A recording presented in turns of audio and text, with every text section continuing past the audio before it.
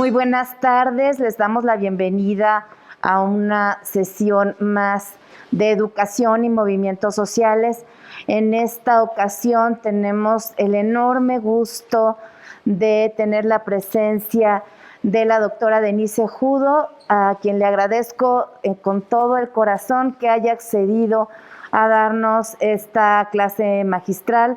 Están con nosotros, como saben, estudiantes en términos presenciales, pero también tenemos gente que está conectada, que nos hace favor de seguirnos. Y bueno, en esta ocasión quiero dar unas palabras para que ustedes conozcan y tengan el contexto de la doctora Denise Judo.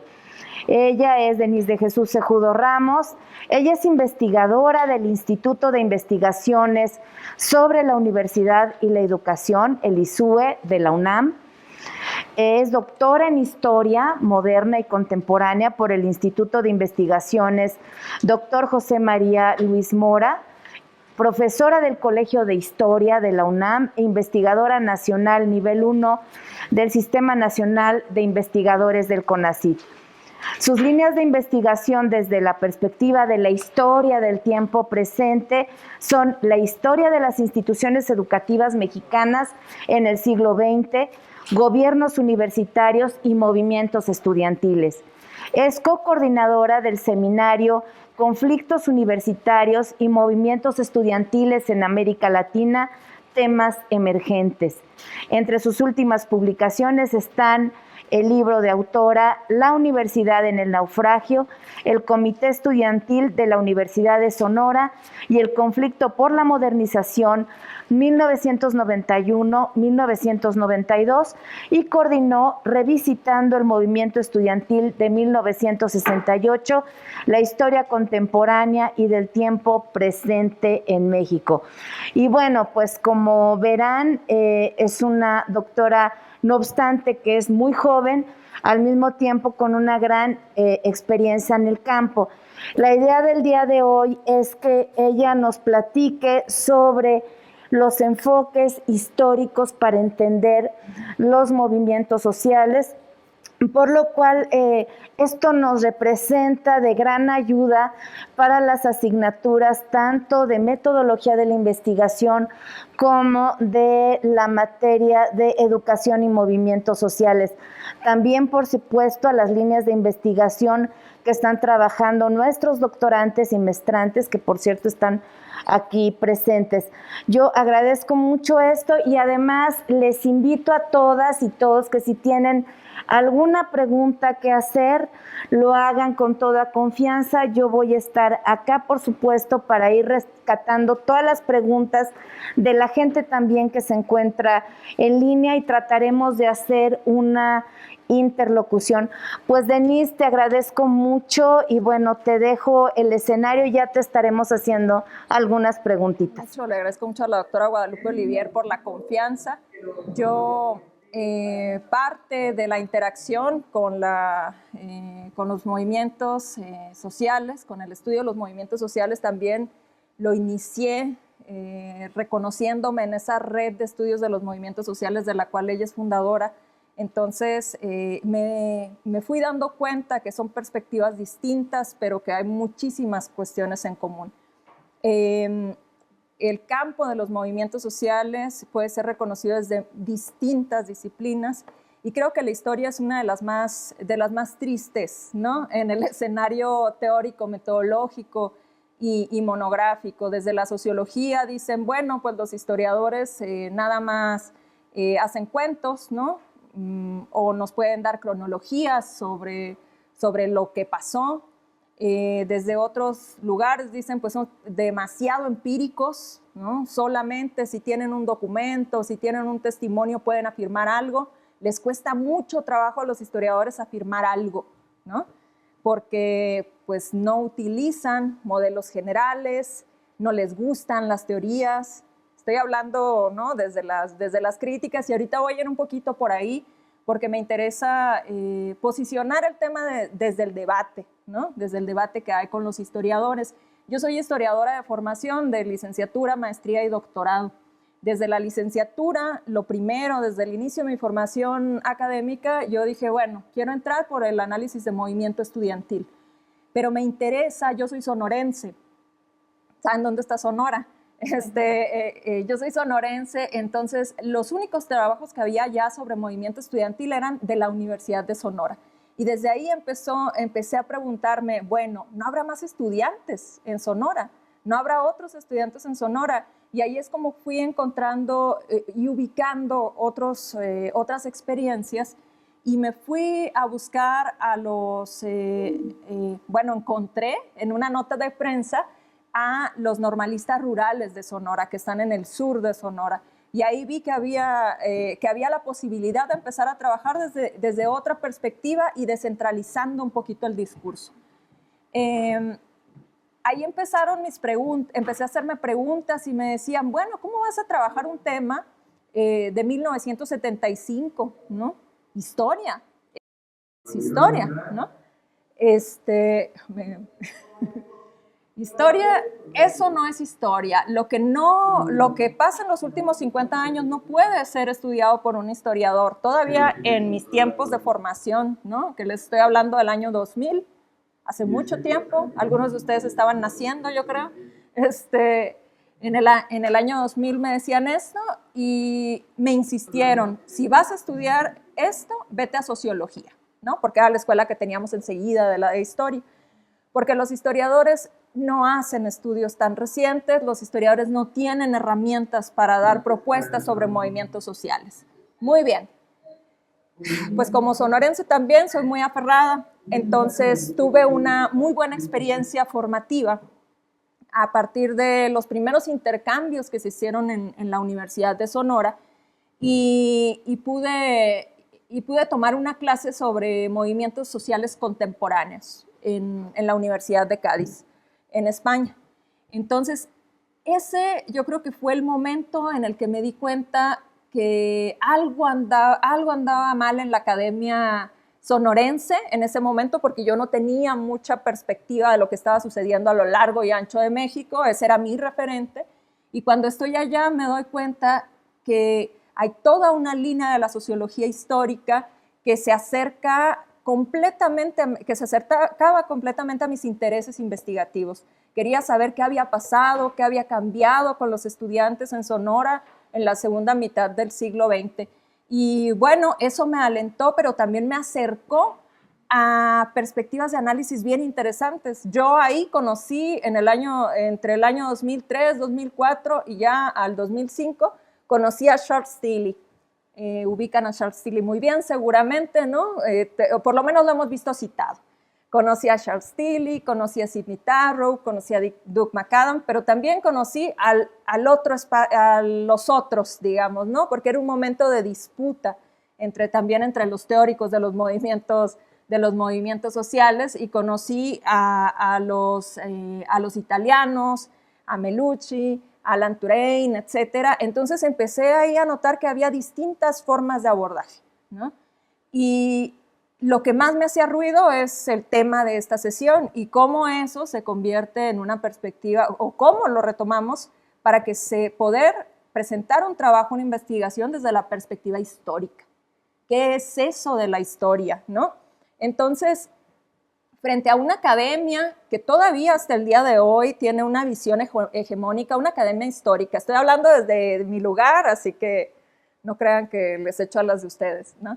En mi disciplina sí hay una visión hegemónica que exponía en ese momento que el objeto de estudio tenía que estar muy alejado en el tiempo para que uno no se involucrara ni emocional ni políticamente, cosa pues que hasta el día de hoy muchísimos, o sea, ya los historiadores más actualizados pues reniegan y renegaremos siempre de esa premisa, pero todavía permea mucho en el campo, ¿no? Bueno, la primera pregunta, ¿no?, que me tuve que hacer para iniciar ese recorrido es, bueno, entonces, ¿qué estudia la historia y cómo hacerle para acercarme o para hacerme de las herramientas de la sociología histórica o de la historia social, ¿no?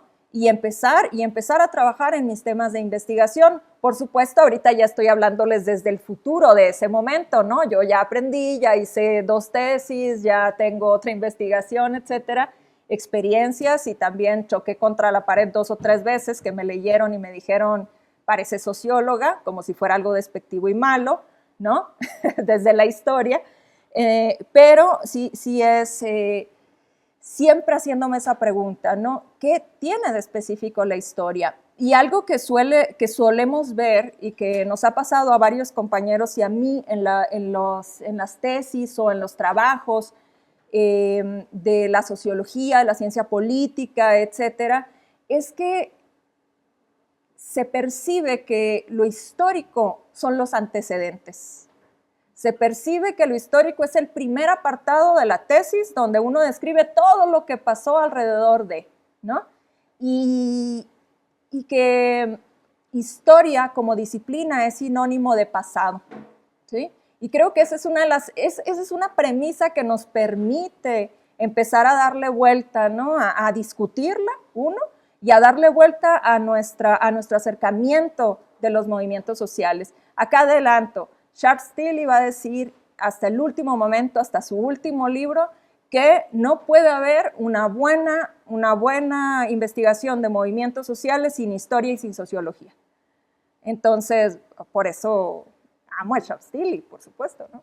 Luego, también hay críticas, ¿no?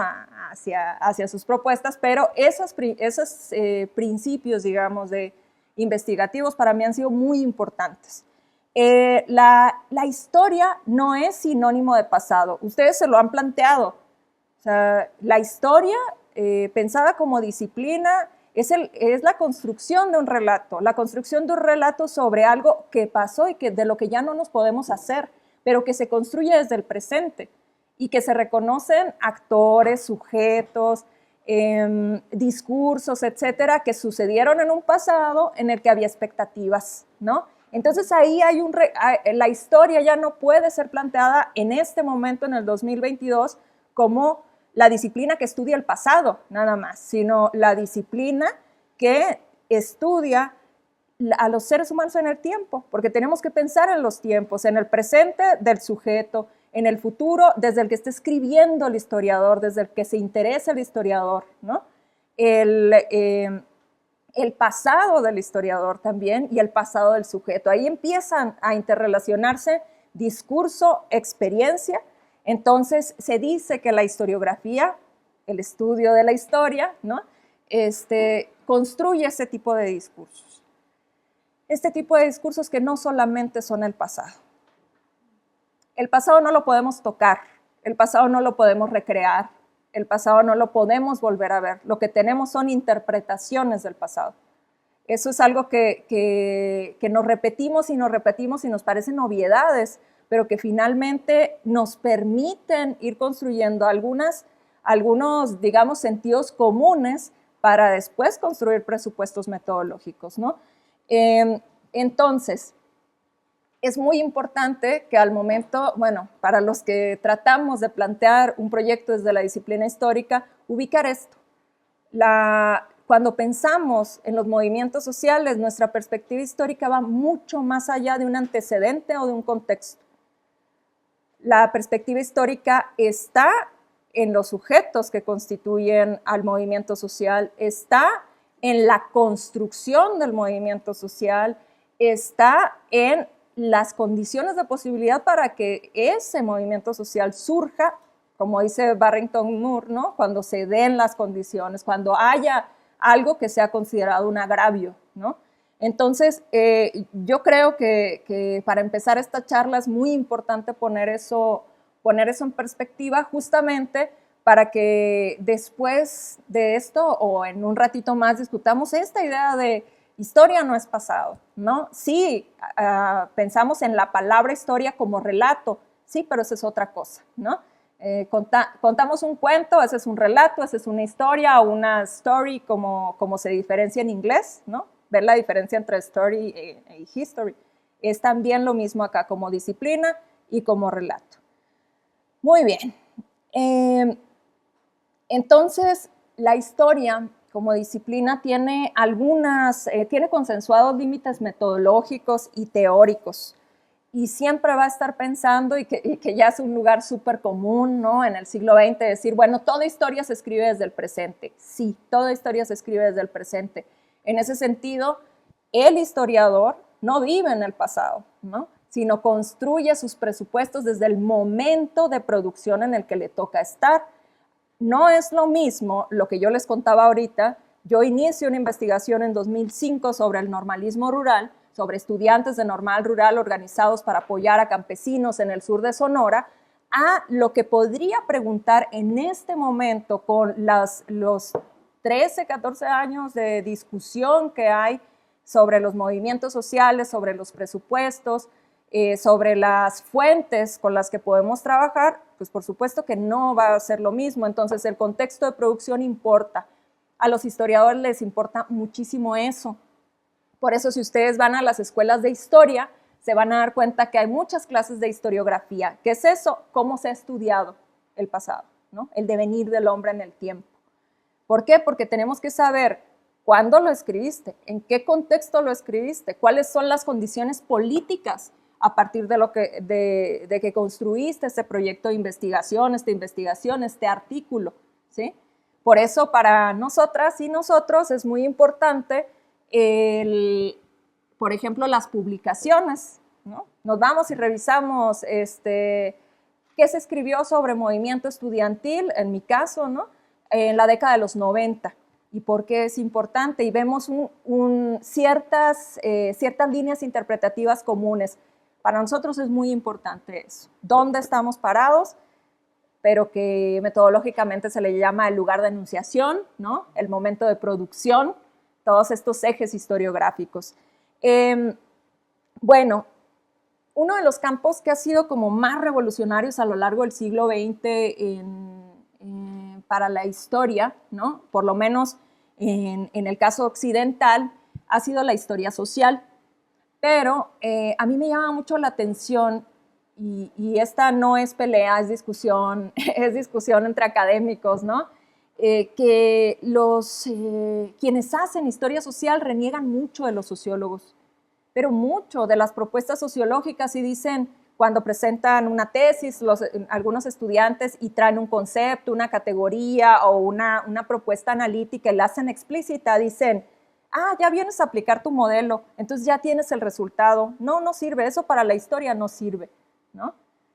Llama la atención porque dicen los historiadores no podemos partir de eso, y nos ponemos a pensar, bueno, pero la historia social en la cual se enmarca el estudio de la historia de los movimientos sociales surge en las discusiones básicas de la sociología de inicios del siglo XX, ¿no? En la fundación de ciertas escuelas, en la discusión de los grandes historiadores sociales, ¿no? Y de repente en 2022 parece que nos fuimos 2 siglos para atrás, y los historiadores dicen, no volteen a ver a los sociólogos, ¿no? Ellos nada más hacen modelos y nosotros, y ya tienen el resultado. Por supuesto, ustedes están en contra de esa visión, ¿no? Supongo, que tienen algunos historiadores. Se los digo porque es lo que seguimos viviendo, ¿no? Y esa es la perspectiva que se tiene. Bueno, entonces, si no usamos modelos, si no usamos categorías, si no usamos esquemas analíticos, si no tenemos estos niveles o arenas para ir discutiendo, ¿no? Y para ir deshaciendo a los movimientos sociales, entonces, ¿con qué trabajamos, no?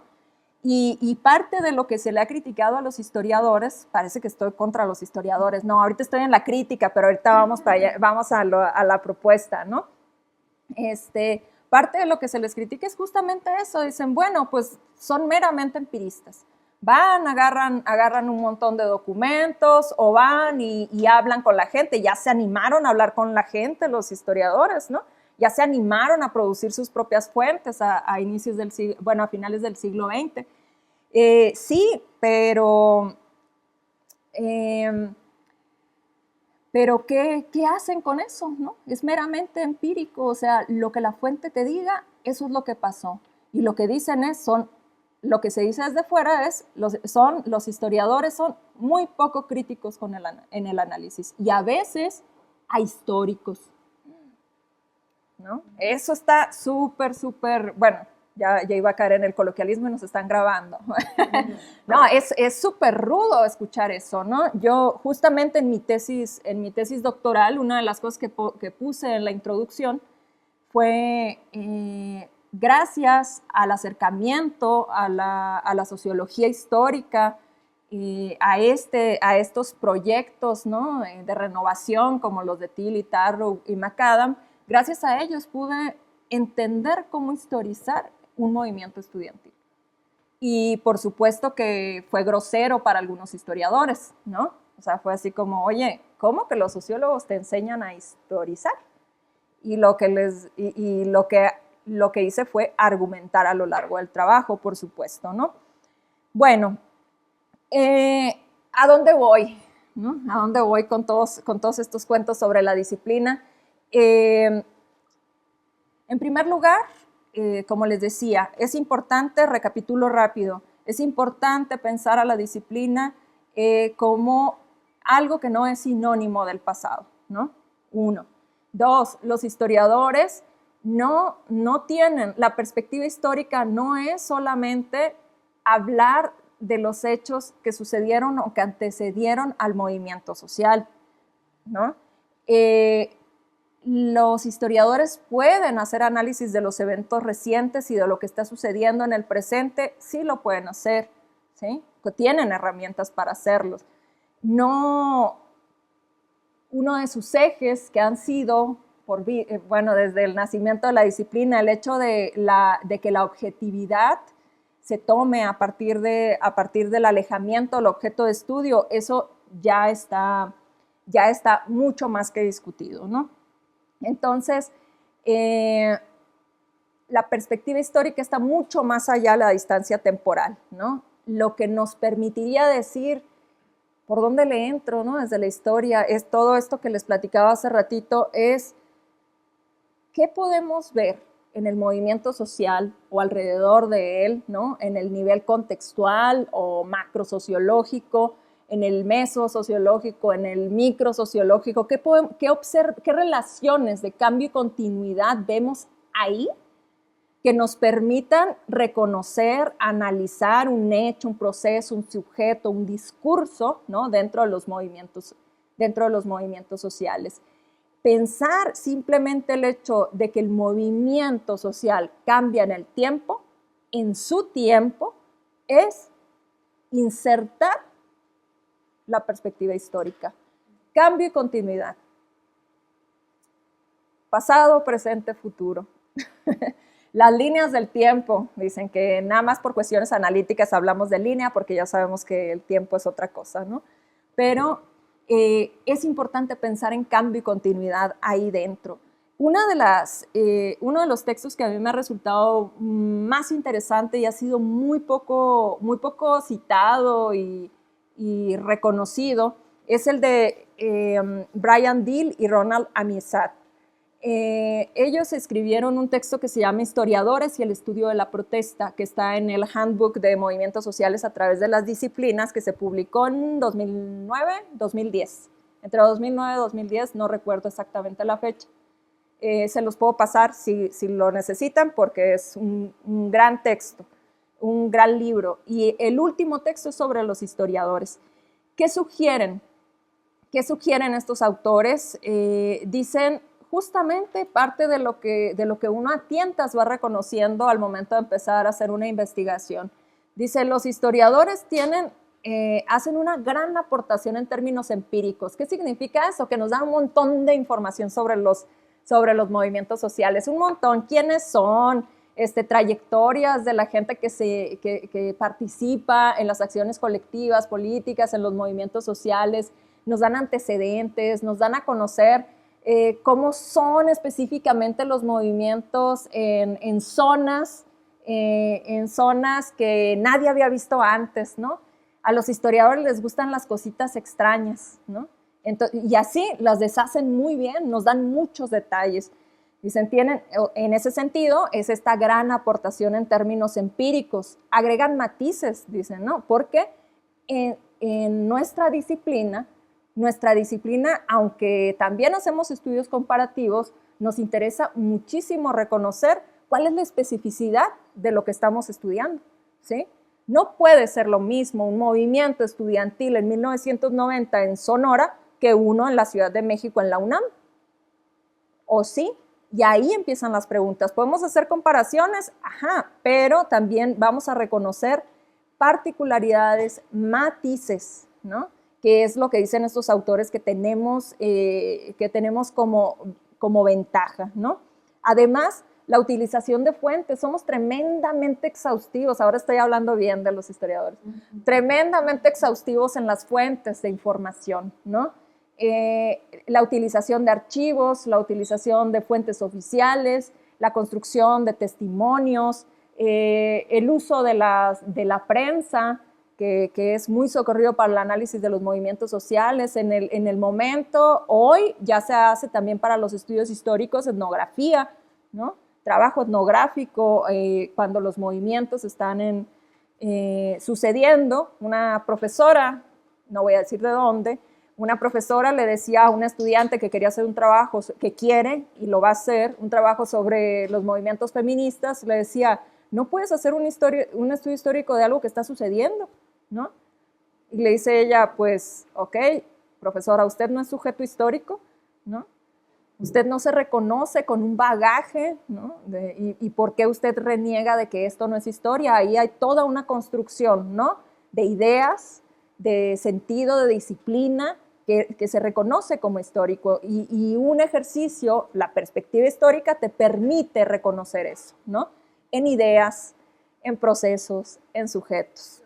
Si quieren de movimientos sociales, se van a dar cuenta, por ejemplo, ahí en el Instituto Mora hubo bastantes tesis sobre movimientos sociales, se van a dar cuenta que siempre es Hermosillo, Sonora, 1990-1991, ¿no? El norte de Jalisco, 1973-1974, o sea, hay una delimitación temporal y espacial muy acotada, suele ser así, son extraños, son raros los trabajos que tienen grandes delimitaciones temporales y espaciales, a menos que sean ejercicios comparativos puntuales, ¿no? Esto por supuesto, sí lo ejercitaron más los sociohistoriadores, pero los historiadores hacen ejercicios mucho más específicos. Entonces, dicen estos historiadores, sí, dicen estos académicos, la disciplina nos da muchísima información, agregan matices, sus fuentes son súper importantes y hay una delimitación temporal y espacial que nos permite reconocer esas especificidades, ¿no? Entonces, parecería que todo va muy bien hasta que dicen los autores, pero son tremendamente desaseados en sus propuestas metodológicas, tremendamente desaseados en el uso de categorías, en el uso de conceptos, en la atracción de modelos analíticos. ¿Por qué? Porque básicamente no les importan, ¿no? Y cuando los usan, a veces los usan de manera acrítica, o cuando los usan de repente no se dan cuenta que no hay una conexión, digamos, sí, una conexión en términos de los presupuestos, de las teorías con las que están trabajando. Por ejemplo, hablan algunos historiadores y los estudiantes aparecieron espontáneamente en el campus y empezaron a hacer esto y esto y esto. Y no utilizan la palabra espontaneidad, ¿no? Como una cuestión retórica, sino que fundamentan, ¿no? Que aparecen de la nada. Y dicen los mismos autores, pues ahí está uno de los grandes problemas, ¿no? Están introduciendo, cuando están retomando muchísimas categorías del análisis sociológico estadounidense, y de repente aparece un presupuesto de irracionalidad política, ¿no? Entonces, eso no es compatible, y no se dan cuenta, porque lo que a ellos les interesa más es la coherencia del relato. Entonces, bueno, ahí hay este ejercicio que hicieron estos autores que les digo, que les voy a compartir el texto, lo hicieron a partir de revisar artículos publicados de historiadores sobre movimientos sociales. Y bueno, su propuesta no es descartar a los historiadores, sino decir, bueno, también tenemos una perspectiva sesgada por el número de textos que revisamos, por el momento en el que hicimos el análisis, pero creemos que puede haber muchísimas aportaciones entre lo que hacen los historiadores y lo que hacen los demás cientistas sociales, ¿no? Los científicos sociales. Porque esta cuestión que tienen los historiadores como principio de no tener un interés generalizante o teorizante, eso es algo que los limita, dice, ¿no? En términos de sus conclusiones o sus consideraciones finales, porque sus afirmaciones son tremendamente particulares. Lo que pasó en Sonora en 1991, que estudié yo, pasó en Sonora nada más, ¿no? O sea, hubo un cambio de ley orgánica, ahorita les cuento un poquito de esas historias. Hubo un cambio de ley orgánica en 1991, llegó el neoliberalismo, les cambiaron todo, hay cuotas, hay exámenes de admisión y pum, se acabó. Bueno, esa es la historia. Pero si empezamos a trabajar esto, ¿no? Dicen estos investigadores, si empezamos a ver el ejercicio de Denise, ¿no? Que hizo sobre el movimiento estudiantil en 1991-92, quizá podamos encontrar algunos otros que tengan ciertos elementos contextuales que nos permitan, elementos contextuales u organizativos que nos permitan empezar a hacer comparaciones o redes, ¿no? O ciertas conexiones. Y ahí, por ejemplo, yo lo que estoy haciendo ahorita es una conexión entre lo que sucede en Ciudad de México en 86-87, en la UNAM, con el CEU, con un movimiento estudiantil contra las cuotas, contra la limitación del acceso, etcétera. Y ahí empieza ya a construirse, digamos, un escenario mucho más amplio, ¿no? Pero ¿qué es lo que te permite hacer eso? Porque si yo estuviera en la línea de estos primeros investigadores de los que les hablaba, diría, pues no, Sonora, la Universidad de Sonora y su movimiento son únicos e irrepetibles. Pues sí, todos somos únicos e irrepetibles. Esa, digamos, sería como el caso límite de los historiadores, ¿no? O sea, que todavía hay muchos, ¿eh? Yo creo que me van a escuchar muchos y se van a sentir reconocidos ahí. Y dicen, solo pasó una vez y solo esto, ¿no? Y también a veces hay exageraciones, ¿no? Cuando todo se compara con un hecho histórico, que eso ya me parece demasiado. Pero, bueno, ¿qué hacemos para estudiar los movimientos sociales? Yo les cuento, si bien yo me formé y en cierta manera fue autodidacta porque estuve entre puros historiadores, o sea, soy tremendamente autodidacta. Fui conociendo, fui leyendo, fui aprendiendo de cuadritos que hacían investigadores de la UNED en España, bueno, algunas cositas por ahí.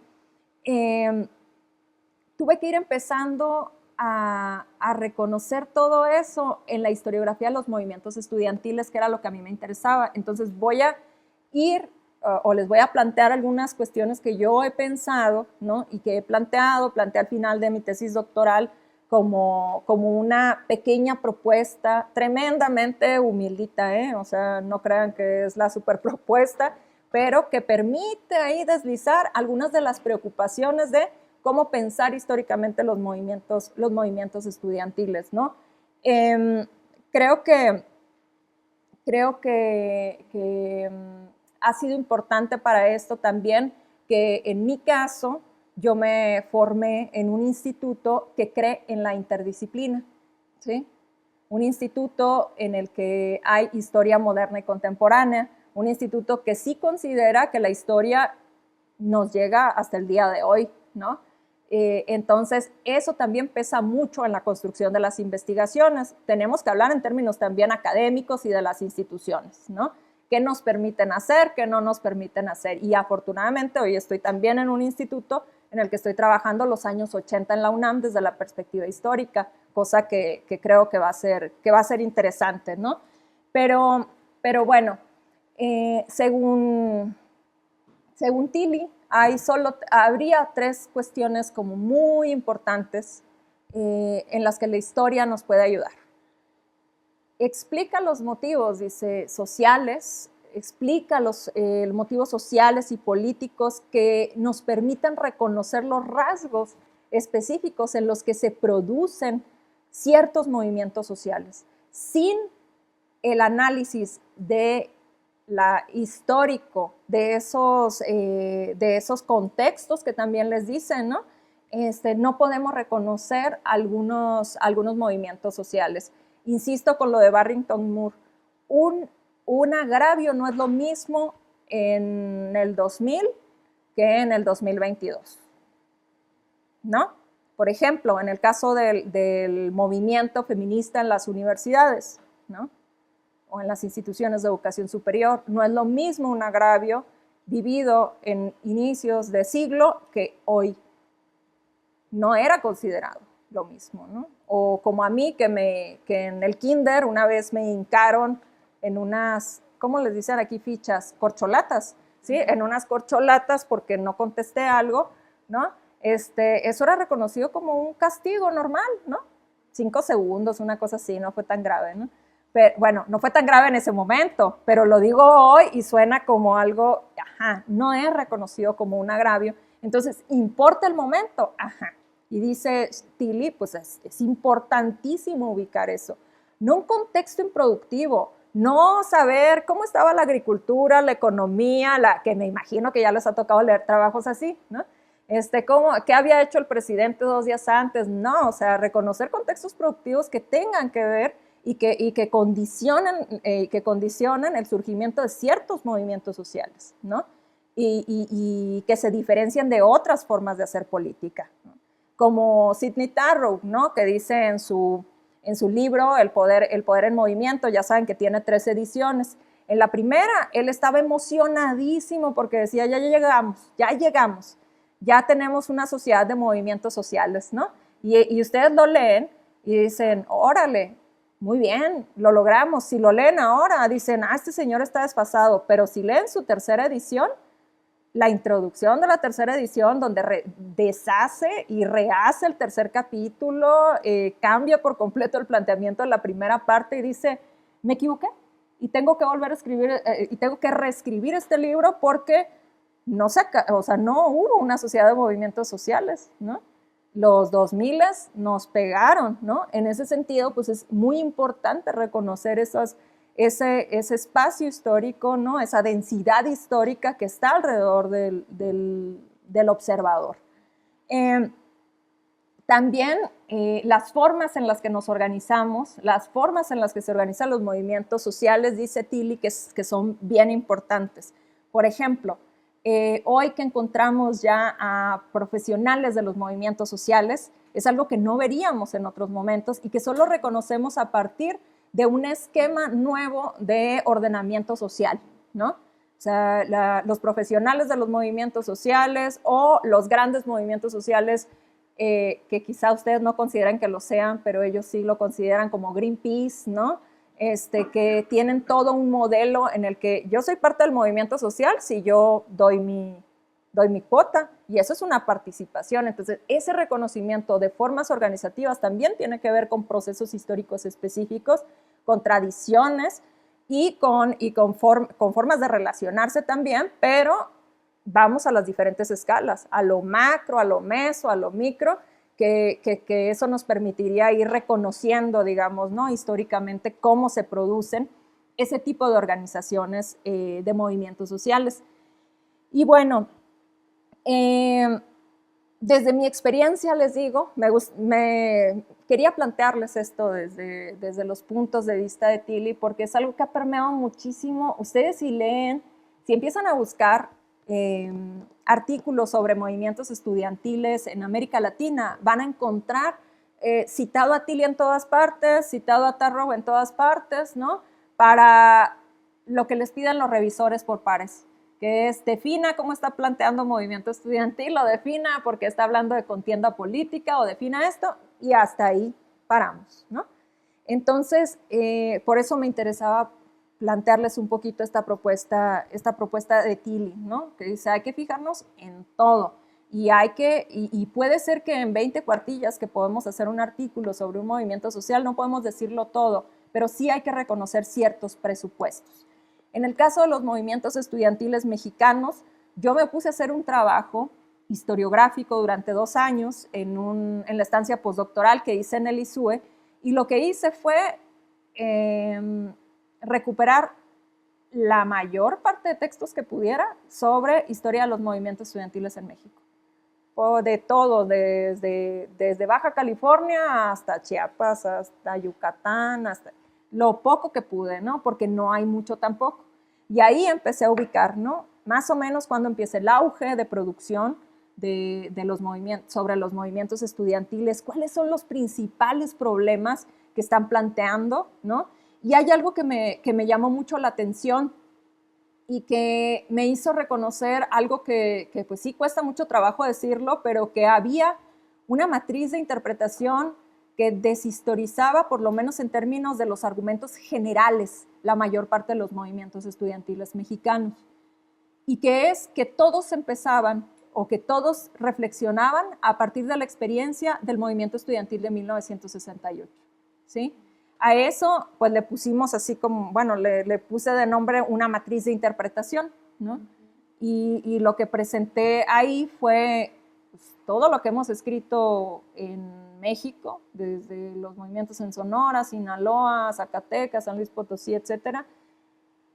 Siempre, por más que hagan este ejercicio que les contaba de ser empíricamente así como súper cuidadosos, de explicarnos qué pasó, cuál es su tradición política, tal, terminaban diciendo, bueno, y esto es un antecedente del 68 mexicano, o esto fue resultado del 68 en la Ciudad de México, como le llamo yo, ¿no? Entonces, pues a partir de eso, empezamos ciertas discusiones, ¿no? Sobre cómo escribimos, qué escribimos, cuáles son las cuestiones que debemos tener en cuenta al momento de producir un relato histórico sobre estos procesos, ¿no? Y una de las grandes críticas que se me hacen, ¿no? Cuando expongo esto de la matriz de interpretación es, pues sí, pero necesitas también algunos elementos generales que den lugar a la comparación. Y digo, sí hay otros elementos, pero no tiene que ser siempre el mismo, ¿no? No tiene que ser siempre el mismo y no es el eje, por lo menos desde lo que yo he estudiado, no es el eje el movimiento estudiantil del 68 en términos de organización de los movimientos sociales. Para nada estoy hablando en términos simbólicos, en términos de represión estatal, no. Estoy hablando desde cómo se construyen los movimientos sociales, ¿no? Y en específico los estudiantiles, que son expresión de los movimientos sociales, según mi punto de vista, ¿no? Porque hay muchos que dicen que son otro tipo de movilizaciones. Y bueno, también lo que encontré ahí fue una repetición, porque hice conteo de palabras, ¿no? ¿Cuántas veces aparece el movimiento del 68? En un texto, por ejemplo, que a mí me parece muy importante sobre historia del movimiento estudiantil en México, del investigador Jaime Pensado de la Universidad de Notre Dame, que se llama Rebel México, ¿no? Y hace un trabajo bien importante sobre el movimiento del Instituto Politécnico Nacional en el 56, y él dice no, o sea, el gran movimiento que empezó este cambio organizativo, este cambio en términos ideológicos, es el del Politécnico en el 56. Y parte de lo que dialogábamos con él, le decíamos, oye, ¿y no estará pasando lo mismo? ¿No estarás tratando de hacer lo mismo que hemos vivido historiográficamente con el 68 en medio, ¿no? Como eje, y ahora llevarlo a 1956?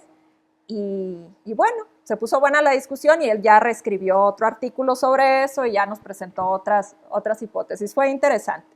Bueno, esto lo que nos deja un poco es que la historiografía, en el caso mexicano de los movimientos estudiantiles, está reaprendiendo y está reconociendo algunos elementos metodológicos, algunos elementos teóricos que, como les decía hace como 15 minutos, que ya les iba a decir perdón por pasarme el tiempo, hay algunos presupuestos que a mí me interesaba poner en la mesa cuando terminé mi tesis doctoral, y decía yo, son cosas tan simples que nos permiten reconocer la historicidad del proceso, como por ejemplo, me hizo pensar esta palabra que ustedes van a encontrar en casi todos los textos de movimientos estudiantiles, de historia de los movimientos estudiantiles, que es espontaneidad. Decía yo, espontaneidad no es algo, pues no está ahí nada más porque sí, ¿no? Tiene una resonancia metodológica. En ese sentido, si pensamos en construcción versus espontaneidad, tendríamos que empezar a pensarlo de otra forma. La construcción nos permite reconocer, por ejemplo, o pensar que hay un momento cero de la movilización, que hay un antes de la movilización, que hay ciertos elementos que tienen que estar o que tendrían que irse conformando a lo largo del conflicto para que surja un movimiento estudiantil. En ese sentido, esta cosa tan sencilla como pensar construcción versus espontaneidad nos permite un presupuesto analítico que nos hace pensar en un montón de elementos para la construcción del movimiento estudiantil. Construcción también nos permite pensarlo a lo largo de su vida, ¿no? A lo largo de la vida del movimiento estudiantil o movimiento social, que es algo que suele pasarnos a todos, ¿no? Lo vemos como monolítico o como homogéneo, ¿no? O sea, es lo mismo a lo largo del tiempo, que es algo que nos criticamos mucho entre todos los que tratamos de hacer este tipo de análisis. Otra cosa, otro presupuesto, el de la homogeneidad, ¿no? Pensar, regularmente los trabajos históricos hablan o retoman esta perspectiva de que el movimiento es homogéneo de inicio al final, ¿sí? Todos son iguales, todos estaban de acuerdo, tal. En términos históricos, pensar en términos históricos es introducir la variable heterogeneidad, ¿sí? En términos de quiénes son, de cómo se organizan, de las discusiones internas, ¿no? De los caminos que van tocando, de las diversidades. Creo que si conocen el caso de la huelga del 99, es un gran ejemplo para experimentar, ¿no? Con estos presupuestos, digamos, que permiten historizar. Y lo último, que sería pensar lo local versus las generalizaciones, ¿no?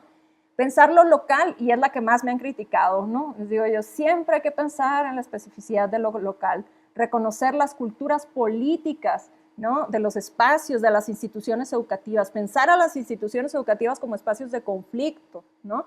Ese tendría que ser un eje, y pensar también el cómo se hace política en esos espacios, ¿no? En este caso las instituciones educativas, porque hablo de movimientos estudiantiles, y no por querer decir, insisto, es único e irrepetible, sino porque eso también condiciona la forma en la que se produce la acción colectiva, en la que se produce el movimiento social y la forma en la que se van a resolver por lo menos los objetivos que tenga ese movimiento, ¿no? Entonces, esos tres elementos que son muy simples, a mí me costó llegar a ellos 4 años, y a la hora que yo reviso otros textos digo, ahí está, tienen otros nombres, tienen otras palabras, y ahí están, ¿no? En la sociología histórica, en los trabajos más viejitos, pero bueno, lo sistematicé para poder ayudarme a mí a terminar un trabajo y decir, mi trabajo tiene una perspectiva histórica, aunque esté hablando de un proceso que sucedió entre 1991 y 1992. ¿No? Y ya. Muy bien, excelente. Yo solamente quisiera recuperar algunas cosas porque, bueno, ha sido súper interesante lo que has planteado acá, y sí quisiera yo un poco poner el punto en toda esta parte del papel de la subjetividad en la construcción de un investigador, una investigadora, ¿no? ¿Cuál es el papel que juega? Porque también desde el enfoque, digamos, positivista, sobre todo lo pienso en el marco de la sociología, todo aquello que no está construido bajo un marco estadístico, con probatorios muy específicos, entonces pareciera que no existe, ¿no? También dentro del propio desarrollo de la sociología, metodológicamente hablando, lo que vemos es la incorporación de estas disciplinas. Le robamos a la historia, le robamos a la antropología, le robamos a la filosofía, bueno, eso ya es de suyo, ¿no? Y sobre todo por ejemplo, en la sociología de la educación, en la propia administración educativa, gente que también está conectada en este momento, cómo vamos configurando este espacio interdisciplinario, transdisciplinario, pero que juega un componente bien interesante, todo el papel de la subjetividad y el posicionamiento del investigador o de la investigadora. Pareciera que desde el momento en que tú te posicionas, entonces ya no tiene validez científica. Entonces me parece que ahí es un elemento bien importante que discutir, sobre todo dentro del enfoque histórico, ¿no? Porque desde luego lo que estudiamos, además de sujetos, son instituciones, ¿no? Instituciones conflictivas, como bien lo dices, pero también instituciones históricas.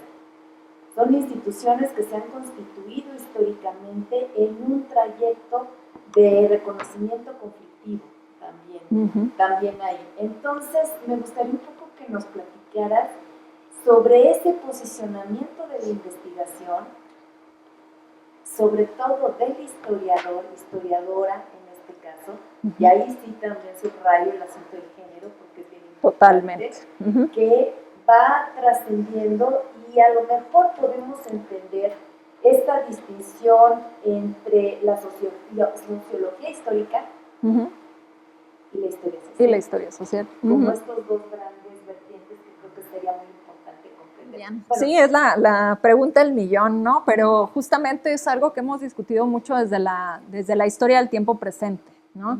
La historia del tiempo presente no es nada más que volver a los principios de la disciplina histórica, es reconocerse en esa historia social que convivió con las otras disciplinas para surgir, ¿no? y para reconocer su propia dimensión y reconocer al sujeto dentro de este proceso. Esto que les decía yo, que les planteaba de la historia no es el pasado, ¿no? La historia no es el pasado, tiene que ver con esta subjetividad, porque cuando uno da por sentado que es el pasado, es algo que está ahí, entonces nomás lo vamos a ir a rescatar y lo vamos a ir a poner en texto. Ahí está, es lo único que tienes que hacer. Cuando los profesores en historia dicen, deja que las fuentes te hablen, es como si los documentos te fueran a decir qué vas a escribir y que no está mediado por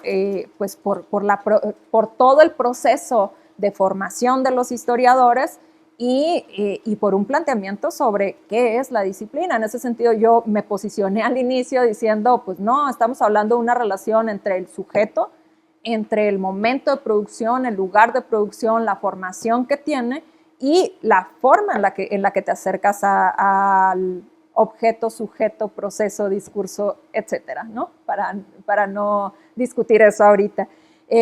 En el caso de los historiadores en este momento, parte de lo que definimos es nuestra objetividad. La objetividad de nuestros ejercicios pasa totalmente por el eje metodológico, ¿no? Y por la coherencia metodológica, que es algo que muy pocas veces aparece explícito en los trabajos históricos. O sea, de hecho, hay muchos historiadores que dicen la metodología o los conceptos se hacen al final. ¿Ustedes se imaginan trabajando así? Digo, ustedes desde sus disciplinas. Acá es lo de menos, ¿no? Y en ese sentido, en los últimos años, ciertas líneas de historiadores lo que decimos, pues es que la objetividad, ¿no? Que es, digamos, una de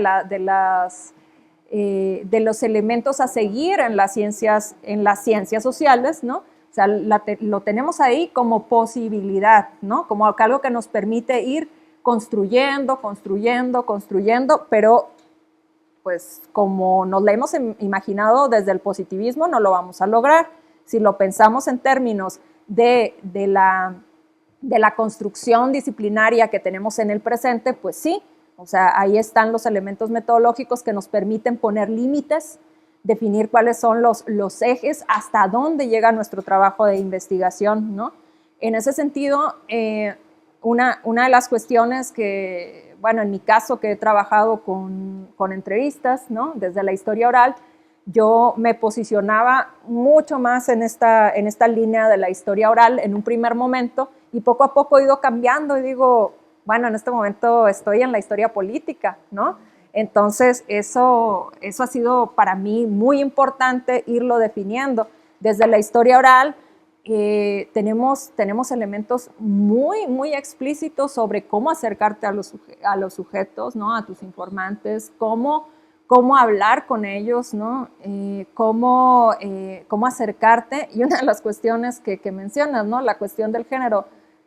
Las mujeres Somos muy poquitas en el análisis de los movimientos sociales. ¿Por qué somos tan pocas las mujeres haciendo análisis de movimientos sociales? No sé si ustedes tengan la respuesta, yo puedo hacer inferencias a partir de mi experiencia, ¿no? Esto es una cosa de hombres, ¿no? Y en ese sentido, perdón que lo diga así, ¿no? Pero en ese sentido también el análisis, por ejemplo, de los movimientos estudiantiles en México, no hay mujeres, ¿no? Hay 3, 4, 5 trabajos de la misma persona, una por acá, por allá. Un trabajo muy bueno que se acaba de publicar aquí en la UPN sobre género y movimiento del 68, pero son muy poquitos, ¿no? Porque también es una cuestión cruzada por la política, y a la política... La política es de hombres, ¿no? Pareciera que es un asunto de hombres. Y como los movimientos sociales intrínsecamente se supone que tienen que ver solamente con el campo de lo político, que fundamentalmente, pero tienen otras aristas que pueden cruzar por mil y un caminos, ¿no? Sí, exactamente, y eso es algo que nos permite también entrar en algo que yo traía en mente desde que venía caminando por acá, sobre cuáles son todos esos elementos que nos permite observar, ¿no? la perspectiva histórica, eso de pensar en los detalles, ¿no? Eso de pensar también en lo que ha hecho la hermana buena de la historia, que es la antropología, ¿no? De pensar a los sujetos, porque hay hermanos buenos y hermanos malos, ya saben, en las disciplinas. De pensar a los sujetos, de adentrarse, ¿no? Hace poco platicábamos justamente sobre el movimiento estudiantil del 68 y decíamos, a ver, ¿cómo puede sostenerse un movimiento, una huelga, la toma de unas instalaciones por tantos meses, ¿no? Alguien se lo pregunta. Pues están los discursos hegemónicos, las voces hegemónicas que hablan del CNH, de la conversación, pero ¿quién habla de los que dan comida, de los que salen a votar, de los que están ahí, ¿no? Tomando, ¿no? Y a partir de eso también hay ciertos elementos, por ejemplo, desde la historia social, desde las sociabilidades, ¿no? Del reconocimiento de ciertos espacios que se construyeron y que se construyen dentro de los movimientos sociales que nos permiten ver otras cosas, ¿no? Estábamos en esto de la subjetividad. Ahí yo creo que tiene muchísimo que ver el planteamiento desde la disciplina y desde la línea y corriente en la que estemos parados, ¿no? No les voy a decir que todos los historiadores aceptan hoy que la objetividad como algo inalcanzable, digamos, pasa por la metodología, porque hay muchos historiadores que no creen en la metodología ni en la teoría, ¿no? Entonces, pero sí hay muchos historiadores que trabajamos desde la historia social, en la historia política, que estamos reconociendo ese diálogo con otras disciplinas, y es algo bien interesante porque, como decías hace un momento, esto de pensar la transdisciplina, interdisciplina, esto no es algo nuevo, ¿no? O sea, parece que lo retomamos hace unos cuantos años, por lo menos lo estoy diciendo desde la historia, ¿no? Pensar la historia del tiempo presente, por ejemplo, es pensar la antropología, pensar la filosofía, pensar los estudios educativos, etc. ¿Sí? Y esto venía desde principios del siglo XX. Nada más que hay ciertas corrientes dominantes, como el positivismo también en el caso de la historia, que barrieron con todo esto, ¿no? Para deshacerse un poco de las escuelas de los 60, 70, del marxismo del materialismo histórico más ortodoxo, ¿no? Entonces, ahí hay un juego de dominio y de consenso. O sea, todas estas cuestiones que estamos platicando aquí son básicamente consensos de hombres y mujeres que definen qué es el método, qué es un supuesto y qué sí se publica y qué no se publica, ¿no? Pero además en esto que tú planteas me llama mucho la atención y sería como esta pregunta a propósito de por qué el 68 se constituye como la matriz de interpretación, ¿no? Políticamente, ¿cómo es que se coloca?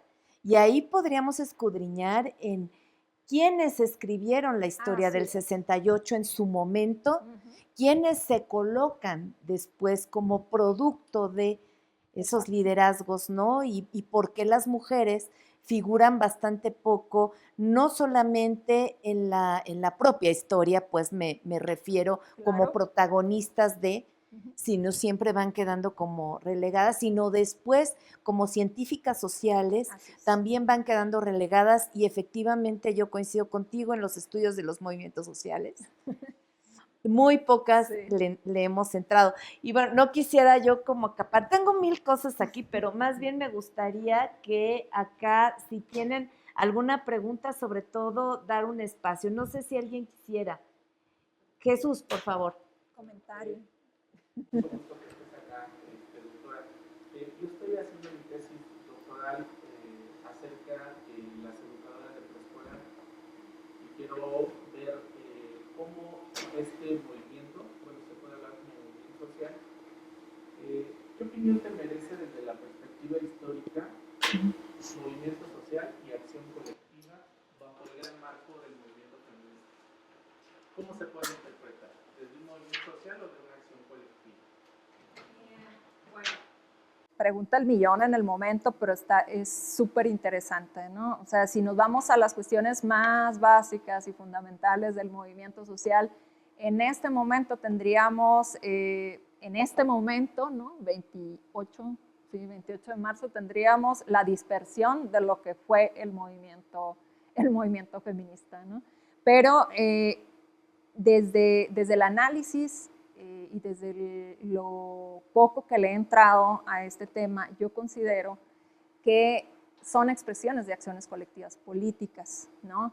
Y que tienen expresiones y que podríamos reconocerlas por el cambio digamos, a partir, por ejemplo, de los colectivos de la UNAM, que son los que yo conozco mejor, cómo han ido cambiando tan rápidamente en objetivos, en posicionamientos, en sujetos, sujetes y sujetas que los conforman, ¿no? En ese sentido yo pensaría que es más una expresión de acciones colectivas políticas que un gran movimiento social. En primer lugar, partiendo de objetivos, y luego si nos vamos al análisis, digamos, de los niveles, pensemos en la posición ideológica, ¿no? En términos ideológicos básicos, no hay una comunión, digamos, homogénea, por lo menos al exterior constitutivo, que eso pensaríamos que en los movimientos sociales es algo que los une. Sí hay heterogeneidad interna, en todos, pero hay un exterior constitutivo y un eje de objetivos que les permite, ¿no?, verse hacia afuera e identificarse hacia afuera. Y en este momento, con los movimientos feministas, lo que vemos es una expresión tremendamente heterogénea hacia el exterior, tremendamente heterogénea en términos de repertorios de movilización y tremendamente cambiantes en el tiempo, ¿sí? En el tiempo corto, ¿no? O sea, de un mes a otro hay cambios en el posicionamiento. Si uno, por ejemplo, en mi caso, yo fui profesora en antropología en la Facultad de Ciencias Políticas y Sociales en la UNAM y estuve leyendo los posicionamientos de un grupo feminista. Y al término de la pandemia, no al término, eso fue al inicio de la pandemia, y a la mitad de la pandemia el posicionamiento de las mismas estudiantes era completamente otro, y esto cruzado por una nueva agenda que es el transfeminismo, ¿no? Entonces ahí muchas renunciaron y dijeron, yo no me movilizo con tales colectivas, ¿no? Entonces ahí hay, yo creo que una serie de acciones colectivas políticas que se están reconfigurando y que en este momento nosotros lo vemos con el foro de la UNAM que acaba de suceder, ¿no?, que fue tremendamente polémico, y con otros que va a haber durante las próximas semanas. Lo que vemos es eso, ¿no? Yo empezaría por los objetivos, ¿no?, que son tremendamente diversos, ¿no?, pero también en las formas, en los repertorios, ¿no? O sea, como decía la doctora Guadalupe, ¿no? ¿Por qué el eje de la movilización del 68? Pues porque dicen que fue pacifista. Y ahí hay un eje que llega hasta el 2022, bueno, hasta el 2019 al 2022, que no hay movimiento social si no es pacifista. Todo lo demás es lo que quieras, pero si tiene repertorios transgresivos, eso no es movimiento social. Por ahí no lo retomamos, ¿no? Por eso no estoy diciendo que no sea movimiento social, sino por la cuestión de los objetivos, ¿no? Creo que yo por ahí iría, ¿no? Sí, pero además es muy interesante porque en el caso justo de la tesis que está haciendo Jesús, está planteando en alguna parte justamente por qué en los movimientos sociales, en los movimientos magisteriales en particular, la participación de los colectivas o las colectivas de las maestras de preescolar nunca es reconocido ni figura. ¿No? Entonces, se invisibiliza la participación de las maestras de preescolar, porque, bueno, ahí tenemos que hablar también de ciertas hegemonías, ¿no? Que hay en las, o vanguardias, pues, Totalmente. ¿No? Mira, ahorita hacía la pregunta la doctora Guadalupe, ¿por qué el 68? ¿Por qué es un eje? Y preguntaba, ¿quién escribió? Y yo al momento, bueno, en este momento podemos decir, son muy pocos los historiadores, son muy pocos los estudios académicos que se han hecho sobre el 68, aunque hay cientos y cientos de relatos. Exactamente, de relatos. Y que podemos decir, ¿son importantes? Claro que son importantes, tienen valor en sí mismos, ¿no? Claro que sí, pero tienen una condición que es la de actor-autor, ¿no? O sea, yo lo viví, yo lo relato y esto se convierte en el consenso. En ese sentido, creo que muchos de los movimientos sociales en general tienen ciertas voces hegemónicas, ¿no? Que son los que construyen estas grandes relatos sobre las movilizaciones. Y si uno va y habla con ellos, bueno, a mí me ha tocado, te dicen, no, yo no sé nada, ve con aquel. Y nosotros, o sea, nuestro trabajo, perdón, desde la historia, desde la sociología, desde el análisis educativo, es regresar y decir, claro que, o sea, es muy relevante porque mi pregunta es otra. O sea, yo no te estoy preguntando esto, a mí me interesa saber otra cosa, ¿no? O a mí me interesa conocer tu experiencia y punto, ¿no? Y en ese sentido, bueno, un ejercicio que hacemos mucho los historiadores antes, ¿no? De empezar todo este recorrido con nuestros informantes es platicar con ellos sobre el valor histórico que tenemos como sujetos, ¿no? Todos somos históricos, ¿no? Tenemos un recorrido vital, tenemos ciertos condicionamientos que nos permiten tomar decisiones, ¿no? ¿Por qué yo, que soy de Sonora, estoy 10 años después en la Ciudad de México? Ahorita me quedé pensando en los 10 años, ¿no? O sea, ¿qué hago aquí, no? ¿Por qué tomo esas decisiones? Todo eso tiene que ver con ciertas condicionantes históricas que, en particular, las mujeres tienen memorias humildes, lo que desde la historia oral se llama memorias humildes por la misma condición social mexicana, ¿no? Política de los hombres, lo público de los hombres, lo privado de las mujeres, ¿no? Y ahí sí creo que, bueno, sería muy rico, es muy rico el enfoque a la historia oral para este tipo de ejercicios, ¿no? Claro, desde luego. Es un comentario de Cintia Desiree Tapia Terrazas, ella también es una doctorante. Dice, hola, buenas tardes, me encuentro realizando mi tesis doctoral sobre movimiento magisterial en el estado de Morelos. Respecto a este enfoque histórico, mi pregunta es, ¿cómo podría definir y plantear las especificidades de este estudio en un ir y venir del año 2008 al actual?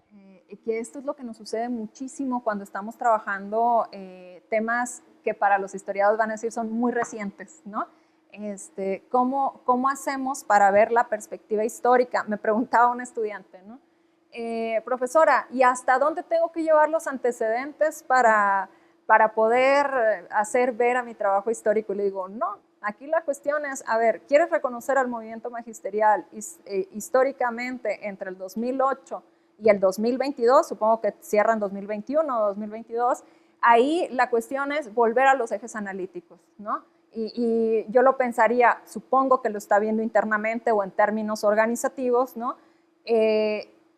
Yo lo primero que haría sería pensar, porque ahorita sí pienso en términos políticos, porque el movimiento magisterial tiene muchos elementos, o creo yo, me pueden callar si digo alguna barrabasada, tiene mucho que ver con algunos lineamientos políticos y responde a algunas dinámicas políticas nacionales, ¿no? Y en muchos casos estatales. Ahí yo me haría una estrategia de tiempos políticos, ¿no? De pensar en los periodos, y eso nos ayuda a pensar en los distintos momentos, ¿no? Por los que pasamos en este ir y venir desde 2008 al 2021. Primero pensar, y que quizá eso podría ser también como como lo digo muy seguido, la propuesta del trabajo, ¿no? ¿Cuáles son esos momentos, esos periodos del movimiento magisterial en el estado de Morelos entre 2008 y 2021? Porque seguramente son distintos momentos, distintas etapas organizativas, distintos posicionamientos públicos, ¿no? Que nos permitirían verlo. Por supuesto, para una tesis doctoral ya nos permite ver diferentes escalas, ¿no? de esta movilización y diferentes dimensiones, ¿no? O sea, no sé si, como decía, yo doy por sentado que ella está pensando en la organización, ¿no? Entonces, posicionamiento público, si está trabajando con ellos, ¿no? Cómo cambia la organización interna, pero esto que hacemos los historiadores de la estrategia de pensar en los periodos, creo que puede resultar, ¿no? Para poder ir y venir y proponer qué nombre tendrían esos periodos, ¿no? O sea, ¿qué nombre? Eso sería bueno, yo lo pensaría así, como un aporte de la tesis. Claro, porque pensamos en el movimiento magisterial siempre como un gran bloque complejo y largo, por supuesto, pero vaya que internamente tiene una heterogeneidad impresionante porque también se expresa regionalmente de una manera muy peculiar que tiene que ver con esta cultura política de las regiones. Oaxaca es un ejemplo, ¿no? Y Morelos tiene lo suyo con características muy específicas. Ahí hay estamos haciendo ejercicios, Sergio Tamayo y yo, sobre el desarrollo del concepto de resonancia, ¿no? De resonancia histórica, resonancia biográfica, ¿no? Esa noción que en algunos casos se plantea como consecuencias, creo que es más allá de una consecuencia. O sea, tiene que ver con un devenir mucho más amplio y complejo, y lo recuerdo ahora justo por esta pregunta que se realiza. Ya en algún momento haremos un seminario sobre resonancia y por supuesto que te invitaremos porque nos parece que es una construcción muy interdisciplinaria para poder entender los movimientos y muchas cosas más, ¿no?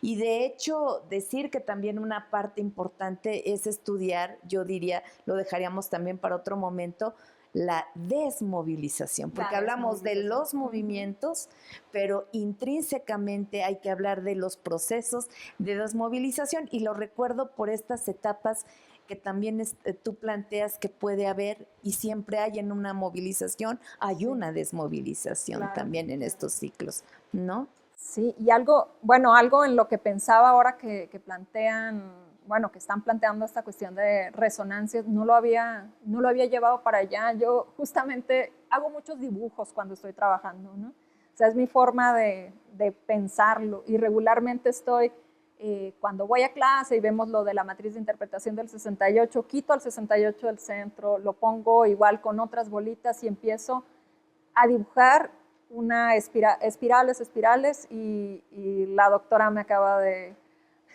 hacer brillar aquí una idea, ¿no? Ya para poder empezar a trabajar por ahí. También hay algunos académicos que le llaman, ¿no? Para discutir esto, la circulación inversa, ¿no? La circulación inversa. Y que cuando la pensamos decimos, órale, creo que nos cambiaría mucho la narrativa de lo que conocemos de los movimientos sociales en México cuando pensamos en circulación inversa, ¿no? Porque según esto, todo lo irradia la Ciudad de México, ¿no? Todo aprendemos desde la Ciudad de México. Y cuando llegamos a diferentes espacios, ¿no? De producción muy interesantes de movimientos sociales como Guerrero, como Sinaloa, ¿no? Etcétera, ahí vemos ciertas interacciones que tiempo después van a verse, ¿no? Por acá. En el caso, por ejemplo, del movimiento del 68, ya me voy a callar, es lo último. En el movimiento del 68, un estudiante de la Facultad de Filosofía y Letras hizo un trabajo, se fue a la GN y decía él, ¿qué pasó antes del 68? Porque en el Archivo General de la Nación hay unos acervos que a lo mejor a algunos de ustedes les podría interesar, para que los vean desde la sociología, desde la educación, pedagogía, etcétera, que se llama Movimiento Estudiantil, ¿no? Entonces es el seguimiento día a día de lo que sucede en cada una de las universidades e instituciones educativas a lo largo y ancho de la Ciudad de México. son los agentes de la Dirección Federal de Seguridad y de la DGIPS, que hacen día a día. Yo tengo el de Sonora, lo tengo desde el primer día hasta que acaban con la Dirección Federal de Seguridad, ¿no? Entonces sé qué es lo que sucede, claro, con el sesgo de lo que sea.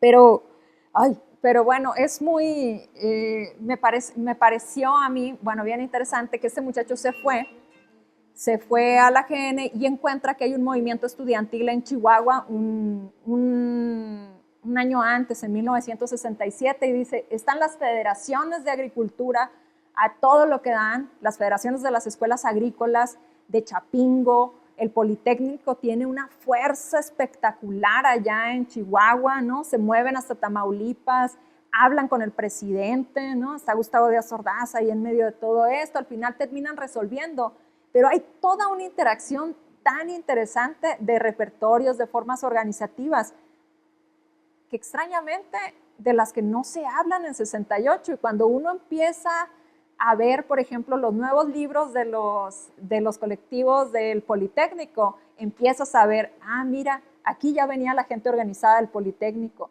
mira, hubo una huelga en el 67 en el Politécnico, en Chapingo, en tal, y ellos son los que son los rezagados del Consejo Nacional de Huelga. Entonces, el relato hegemónico que tenemos del 68 es muy distinto al relato que podríamos tener de ellos y que llega hasta 1969, les digo que siempre estoy dibujando, lo siento, el que llega a 1969, por ejemplo, con los normalistas rurales, que en 1969 son tremendamente golpeados, se cierran las escuelas, son desaparecidos, hay una represión fuertísima con ellos, y el 68 sigue aquí arriba, ¿no? Sigue en el relato, en el pacifismo, este es el modelo de movimiento estudiantil, y hasta el día de hoy, por ejemplo, no tenemos historias o narraciones sobre qué pasó con las normales rurales en el 69, ¿no? Y los normalistas rurales dicen, nosotros no apoyamos el movimiento, no apoyamos esa narrativa del movimiento del 68, ¿por qué? Pues porque nos dejaron solos. Estos artículos están en Contralínea, los van a poder encontrar por ahí, si se ponen a buscar en la hemeroteca, yo de ahí lo retomé, pero creo que es importante, por eso también es importante la perspectiva histórica, nos gustan los detalles. No, claro, yo creo que es fundamental y una diferencia y es que de repente la sociología le gusta ir mucho sobre estas copas del árbol, ¿no?